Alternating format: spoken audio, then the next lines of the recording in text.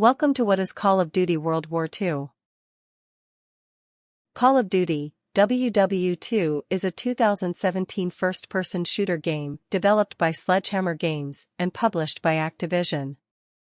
It was released worldwide on November 3, 2017 for PlayStation 4, Windows, and Xbox One. It is the 14th main installment in the Call of Duty series and the first title in the series to be set primarily during World War II since Call of Duty: World at War in 2008. The game's campaign is set in the European theater and is centered around a squad in the 1st Infantry Division following their battles on the Western Front and set mainly in the historical events of Operation Overlord. The player controls Ronald Red Daniels, who has squadmates who can supply the player with extra ammunition, health, or grenades, as well as a targeted grenade and target spotting. None of these are automatically replenished in the campaign. The multiplayer mode features map locations not seen in the campaign. The mode also features the new division system, replacing the Create-a-Class system that previous games in the series used. A social hub, named Headquarters, was also implemented into the game, allowing for players to interact with each other. Sledgehammer Games were interested in bringing the series back to World War II after developing their previous title, Call of Duty: Advanced Warfare, which featured advanced movements and futuristic warfare technology. Studio head Michael Condrey stated that he was unsure if a World War II game would feel right after creating a futuristic title like Advanced Warfare, but the developers ultimately decided to create a game in this time period. They also chose to include atrocities and Nazi concentration camps in the campaign mode to deliver an authentic war story.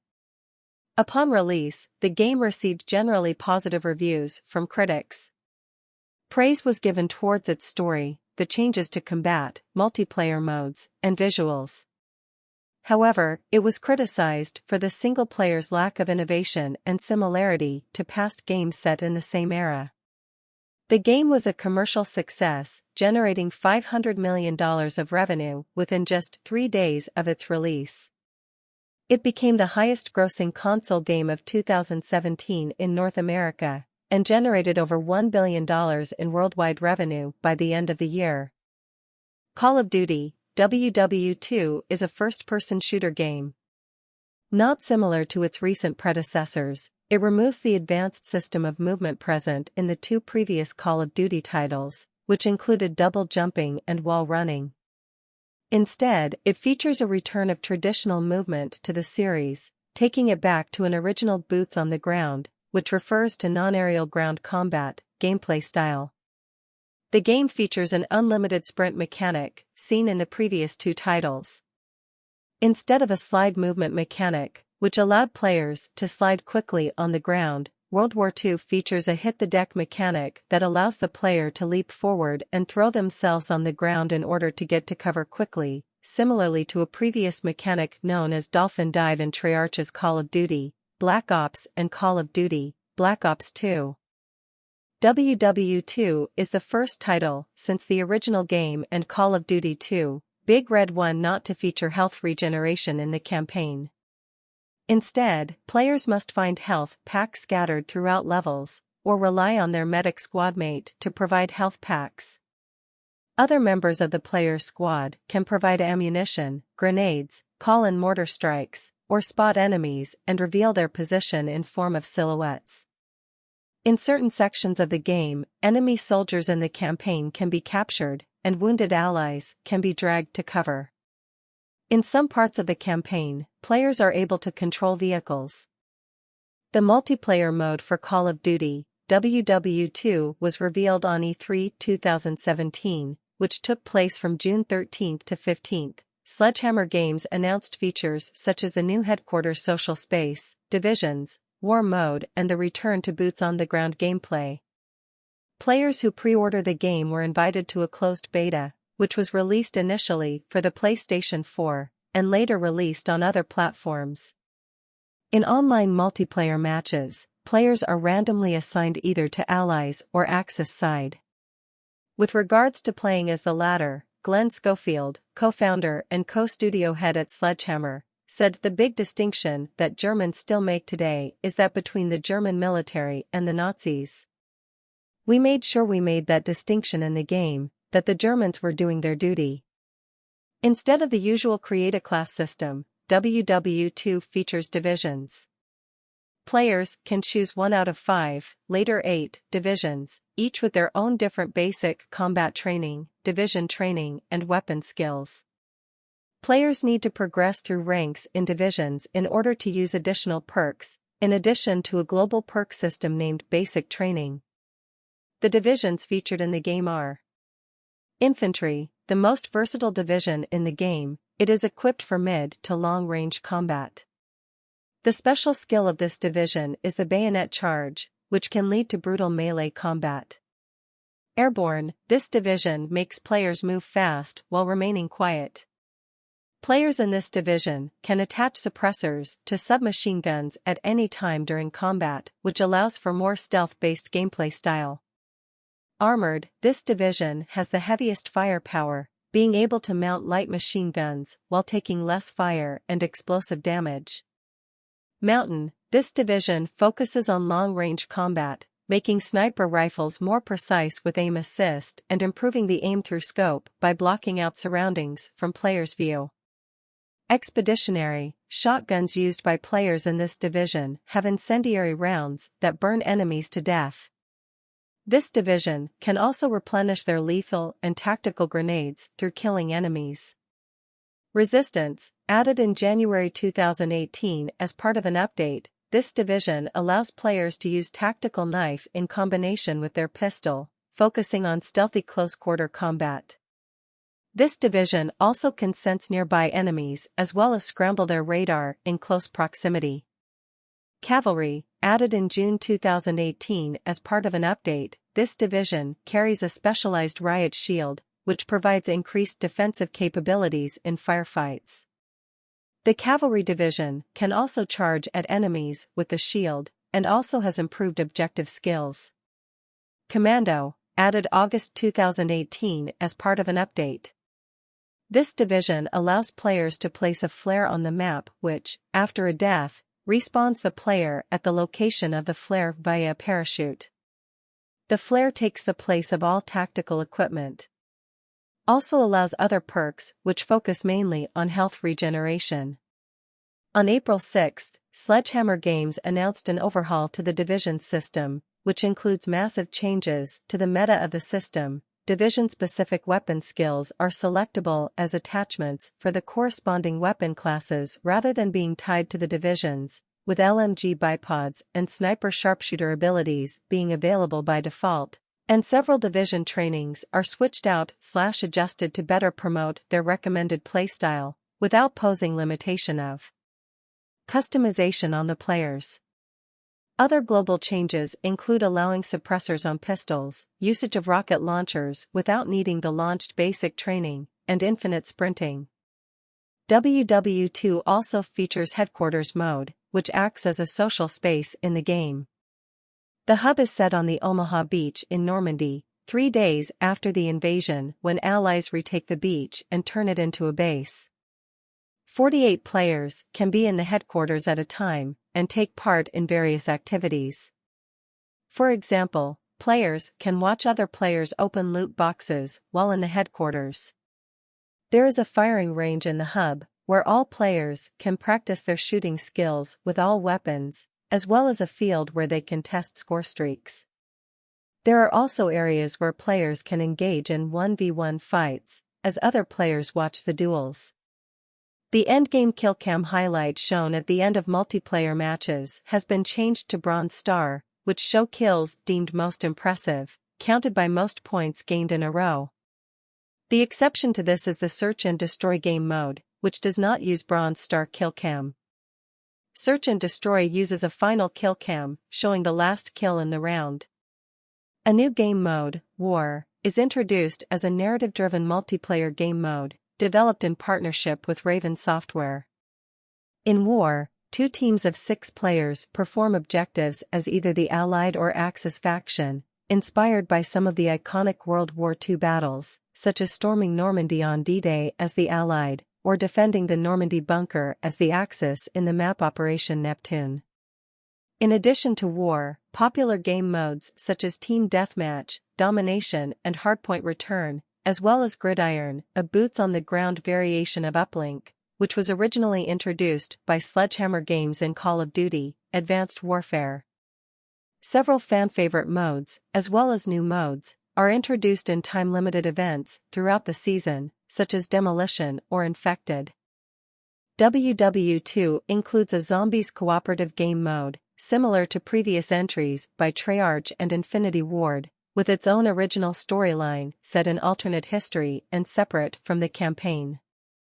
The game mode, dubbed Nazi Zombies in reference to its first iteration in Treyarch's Call of Duty: World at War, is also set in the events of World War II, as the Third Reich makes a desperate attempt to turn the tide of the war by creating an undead army in the final stages of the war. While the mode is based on science fiction and is a fictional take on the war, Sledgehammer Games co-founder Michael Condrey said that the story of the mode is based on some real events. He also revealed that the experience is similar to Dead Space, a third-person shooter horror video game directed by both Condrey and Schofield during their work time at EA Redwood Shores. In regards to gameplay, Nazi Zombies retains the wave-based survival formula that have been used in all previous Zombies entries, with new additions. A class system is introduced, where players can opt for one of 4 combat roles: offense, control, medic and support, which provide different in-game abilities. Class loadouts are also included, with equipable Raven mods, which are perks similar to the multiplayer mode. Sledgehammer Games also attempted to rationalize some of the popular mechanics, such as weapon wallbuys and currencies, with realistic explanation that fit within the lore of the game mode. Nazi Zombies includes a hint system, where portions of the main story quest are given directional hints for players to find and progress. In regards to the story quest, Sledgehammer's creative director Cameron Dayton reveals that there is a casual path for new and casual players where they can progress with the story, while a hardcore path, which is considered the official canon, exists with hidden objectives, and expands more on the story beyond what the casual path contains. United States Army Private First Class Ronald Red Daniels, of the 1st Infantry Division, takes part in the Normandy landings with his platoon, including Private First Class Robert Zussman, Technical Sergeant William Pearson, and First Lieutenant Joseph Turner. Following the landings, Zussman is stabbed by a German soldier, resulting in his hospitalization. Zussman returns to duty in time for the American breakout Operation Cobra, where American forces reclaim the town of Marigny. The platoon is ordered by Colonel Davis to conduct an operation with British Special Operations Executive Officers Major Arthur Crowley and Vivian Harris to intercept a German armored train carrying V-2 rockets. Daniels and Zussman derail the train before being escorted back to their squad by French resistance leader Camille Rousseau-Denis. A week later, Rousseau and Crowley infiltrate a German garrison in Paris to retrieve explosives in preparation for the platoon's assault upon it. Rousseau places explosives on the entrance and assassinates Ordnungspolizei SSUND Polizeiführer Heinrich for his murder of her family, allowing the platoon to liberate Paris.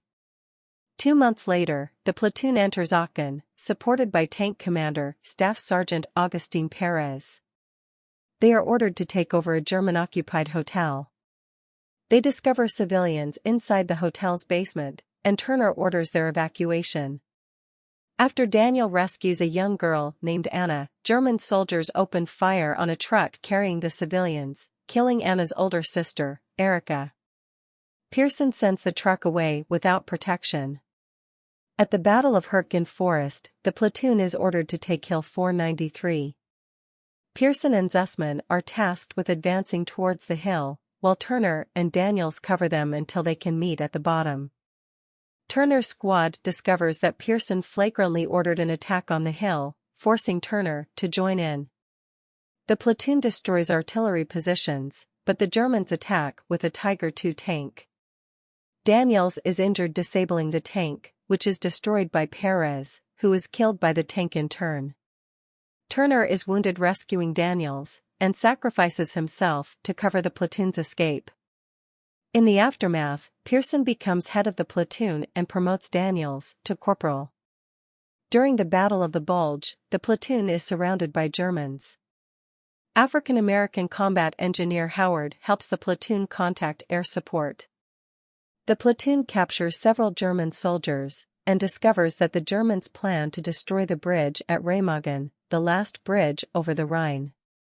After destroying the explosives in transit, the platoon attacks a nearby airbase to destroy the remaining explosives.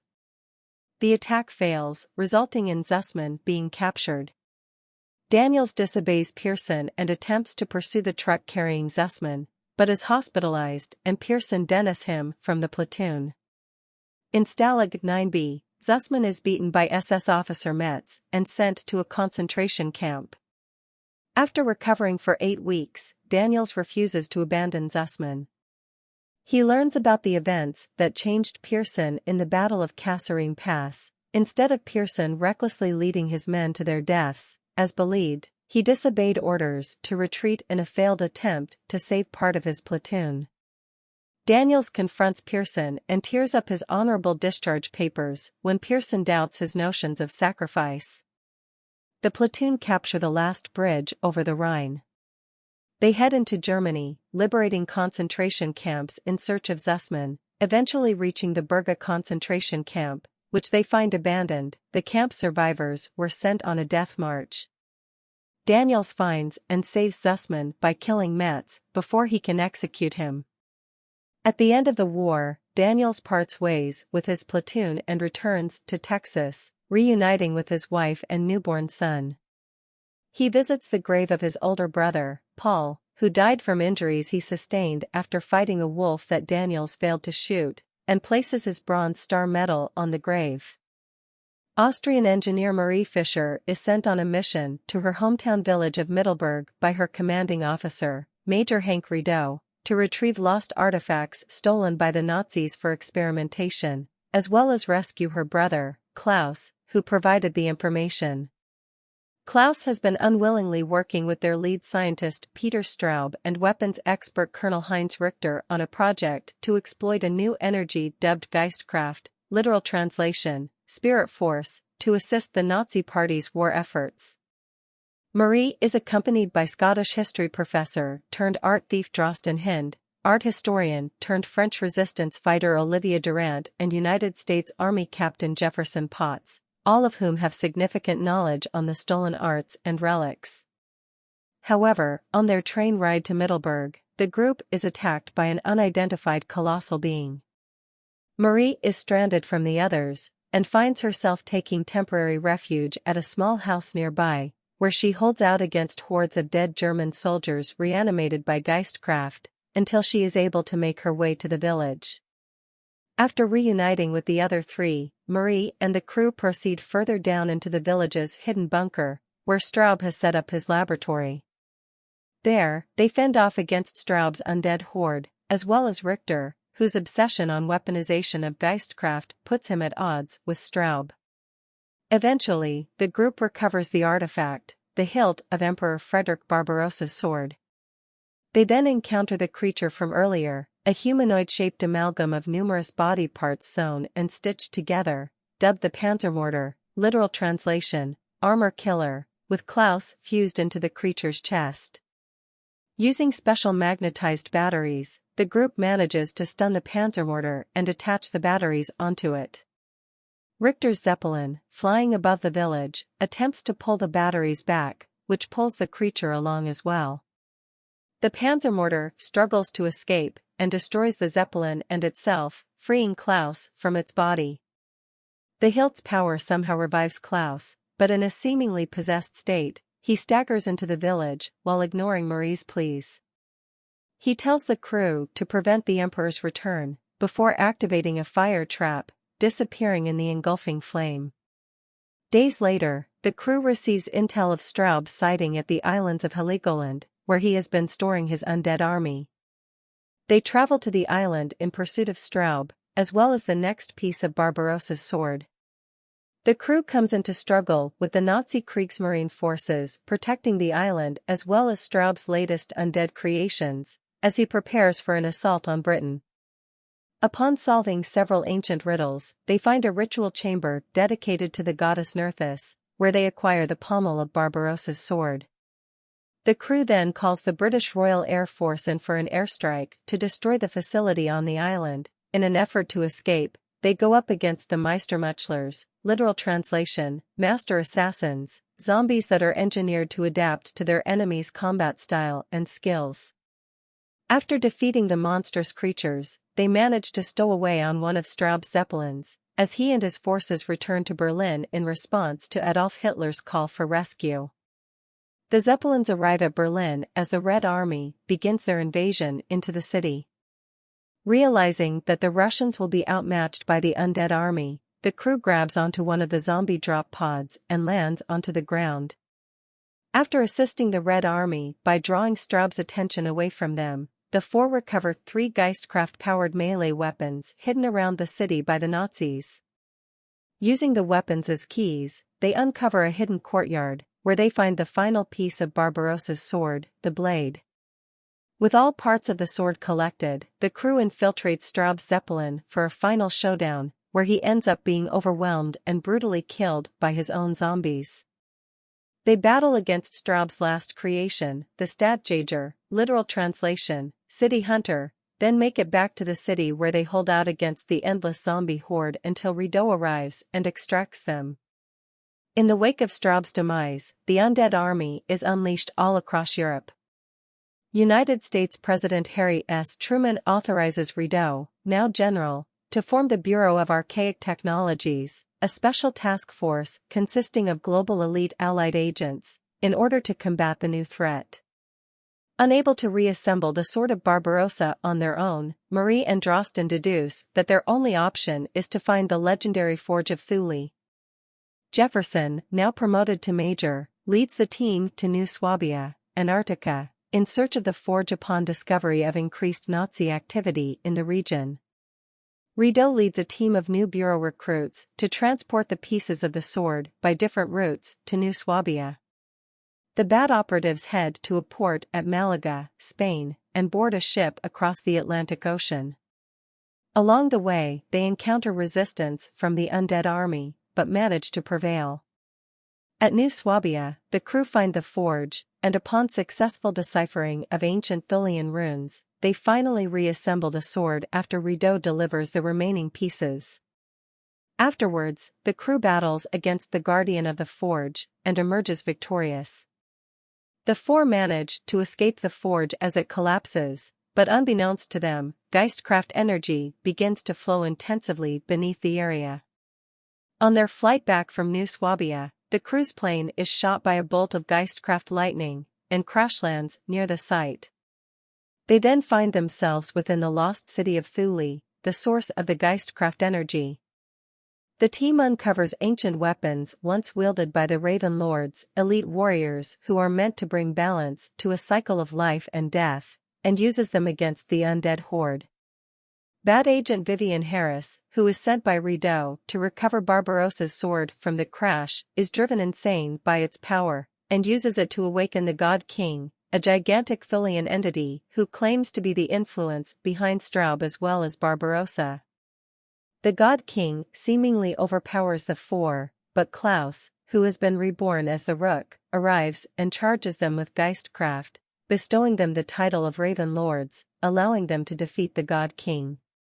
Rideau then contacts the four, revealing his true status as a member of the Order of the Ravens, an ancient cult dedicated to serving the Raven Lords. He insists that they must now embrace their newfound titles and destiny, and lead the Order in the ongoing battle against the remaining undead forces. Call of Duty: World War II is the second game in the Call of Duty franchise developed by Sledgehammer Games, and the fourth to benefit under publisher Activision's 3-year development cycle, the first being Sledgehammer's Call of Duty: Advanced Warfare, in order for a longer development time for each game. A new Call of Duty title, set in World War II, was alluded to in a 2014 Call of Duty: Advanced Warfare launch interview with Michael Condrey, co-founder of Sledgehammer Games. In the interview by Metro, the interviewer asked him what the possibilities of where the next Call of Duty could go in terms of setting. Condry responded, "Some of my favorite pieces of entertainment are set in World War II. Band of Brothers, I'm a massive fan of Band of Brothers." Condry dived further into the subject, and that's a great hero's war, kind of the last that was recognized as a noble cause in a war. So yeah, I think a next-generation game with the latest production values and robustness in a World War II setting like Band of Brothers would be amazing. Now, how would it play and how would the multiplayer work after the new movement set in Advanced Warfare? That's a tougher question than I've had to tackle yet. Sledgehammer Games was hesitant to reveal all the authentic settings from World War II that developers have put into the game's storyline. Activision initially refused to deny claims that Nazi extermination camps would be featured in the game. Adam Rosenberg of Mashable wrote that video games set during World War II tended to be Holocaust deniers in the sense that they avoided broaching the subject for business reasons, but that this could be the very first Call of Duty World War II-based game where the Holocaust would be depicted. Senior creative director Brett Robbins said in an interview, "Some very, very dark things happened during this conflict and it felt wrong for us to ignore that." He further stated, "We absolutely show atrocities. It's an unfortunate part of the history, but you can't tell an authentic, truthful story without going there. So we went there." Robbins argued that audiences can now handle games with more maturity and nuance. People are ready for it. They want it, he said. When asked directly over Twitter as to whether or not the story campaign would allow gamers the opportunity to play as soldiers from the Axis powers such as Nazi Germany and Fascist Italy, Sledgehammer Games confirmed that the campaign gameplay would be limited to Allied forces. More specifically, Sledgehammer co-founder Michael Condry confirmed that the game will focus exclusively on the Allied powers. The Windows version of the game was developed in a collaboration with Raven Software. In regards to it, Raven's CTO Dwight Luetcher stated that they were trying to focus on the Windows platform, as well as the community, by responding to their needs for it to excel. The Windows version features several notable changes, including removal of controller aim assist and addition of sensitivity slider for aim down sights mechanic. All pre-orders excluding the PC version included access to the private beta, which was made available first on the PlayStation 4 from August 25 to 28, followed by a second week for both PlayStation 4 and Xbox One from September 1 to 4. The PC beta was announced as an open beta and ran from September 29 to October 2 on Steam. Players who participated in the beta received the Beta Combat Pack for the full game, which contains a special in-game helmet, emblem and calling card. The game is available in 3 editions: Base Edition, Digital Deluxe Edition, and the Pro Edition. The Pro Edition was sold exclusively at GameStop, with pre-orders of the game at GameStop also included a limited edition hat. The game was released worldwide on November 3, 2017, for PlayStation 4, Windows, and Xbox One. Upon the game's release, online servers were down for most of the day, inhibiting players from playing online multiplayer, as well as some not being able to access the campaign and Nazi zombies. Activision acknowledged the problem and announced they were working to resolve it. Call of Duty WW2 offers 4 downloadable content map packs, each containing 3 regular multiplayer maps, 1 war map, and 1 Nazi zombies map. Players who purchase the Season Pass, which grant access to all 4 map packs on release, also receive Quarantine, a remake of the multiplayer map of the same name featured in Call of Duty and Call of Duty 2. On December 19, 2017, Activision released a preview trailer for the first downloadable content pack, The Resistance, containing 3 new multiplayer maps, Anthropoid, Valkyrie, Occupation, the latter of which is a remake of Resistance from Call of Duty, Modern Warfare 3, 1 new war map, Operation Intercept, and 1 new Nazi zombies map, The Darkest Shore. The map pack was released January 30, 2018, first on PlayStation 4, and on March 1, 2018, for Xbox One and Steam. On April 6, 2018, Activision announced the second downloadable content pack, The War Machine, containing 3 multiplayer maps, Egypt, Dunkirk, V2, 1 new war map, Operation Husky, and 1 new Nazi Zombies map, The Shadowed Throne. The map pack was released April 17, 2018, first on PlayStation 4, and on May 17, 2018, for Xbox One and Steam. On June 19, 2018, Activision announced the third downloadable content pack, United Front, containing 3 multiplayer maps, Monte Cassino, Market Garden, Stalingrad, 1 new war map, Operation Supercharge, and 3 new Nazi Zombies maps, Into the Storm, Across the Depth, and Beneath the Ice, referred to collectively as the Tortured Path. The map pack was released June 26, 2018, first on PlayStation 4, and on July 26, 2018, for Xbox One and Steam. On August 23, 2018, Activision announced the fourth and final downloadable content pack, Shadow War, containing 3 multiplayer maps, Airship, Chancellery, Excavation, 1 new war map, Operation Arcane, and 1 new Nazi Zombies map, The Frozen Dawn. The map pack was released August 28, 2018, first on PlayStation 4, and on September 27, 2018, for Xbox One and Steam. In addition to the map packs, the game also received several free multiplayer maps as part of seasonal events. On December 7, 2017, Sledgehammer released Winter Corentin, a winter-themed version of the Corentin map, to all players as part of the Winter Siege event.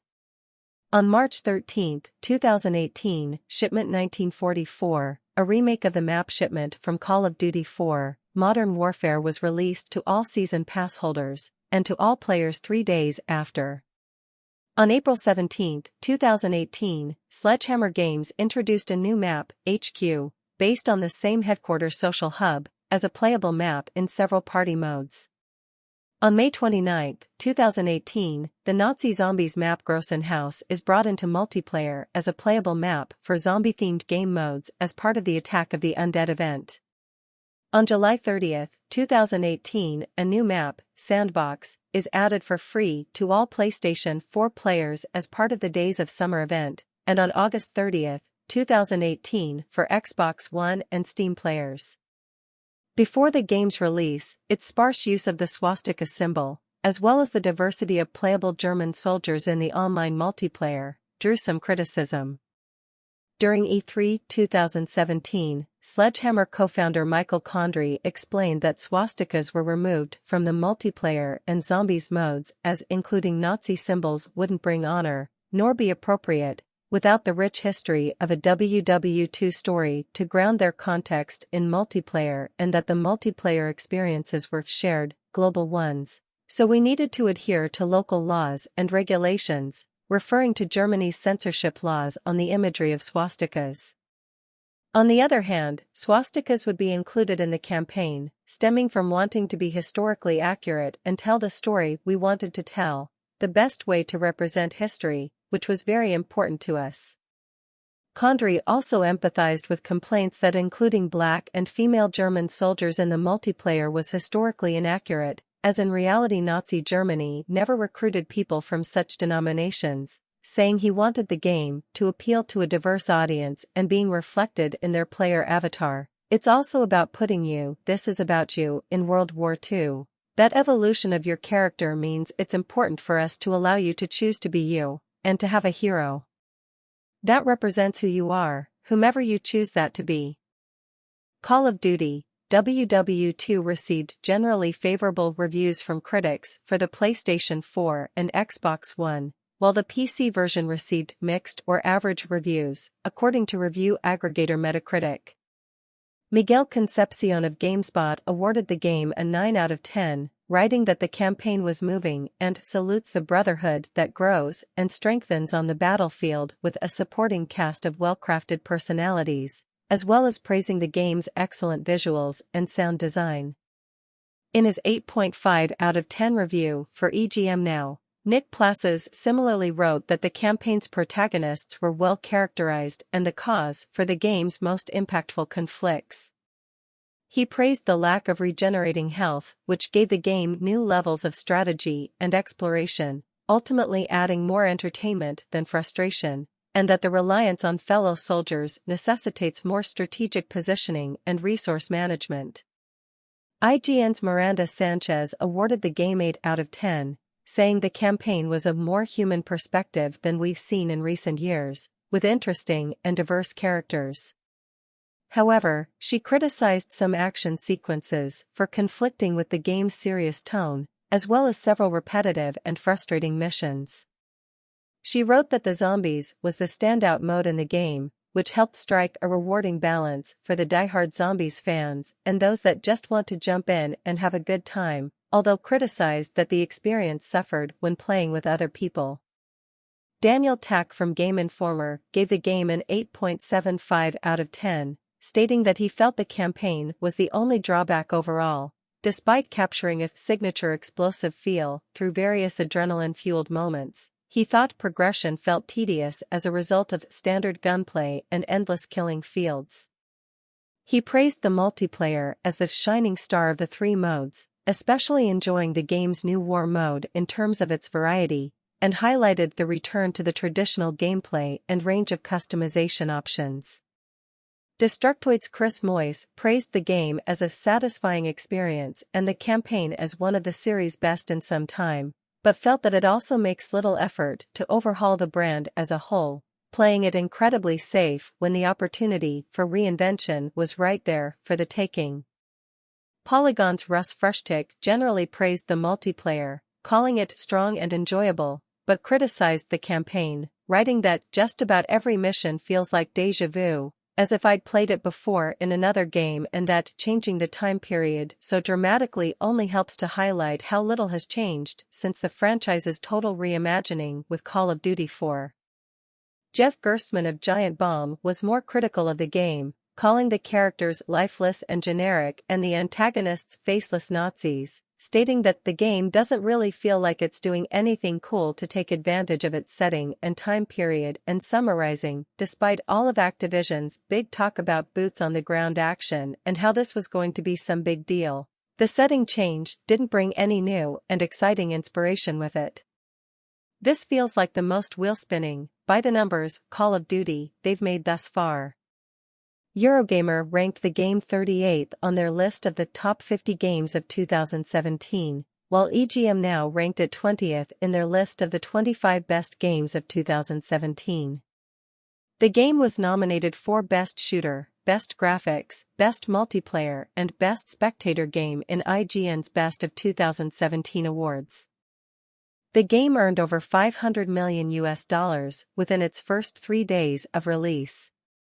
On December 20, 2017, it was announced that the game had generated over $1 billion in worldwide revenue, and was the highest-grossing console game of the year in North America. By the end of 2017, the game had over 20.7 million players, 12.1 million players on PlayStation 4, 7.8 million players on Xbox One, and 825,000 players on Steam.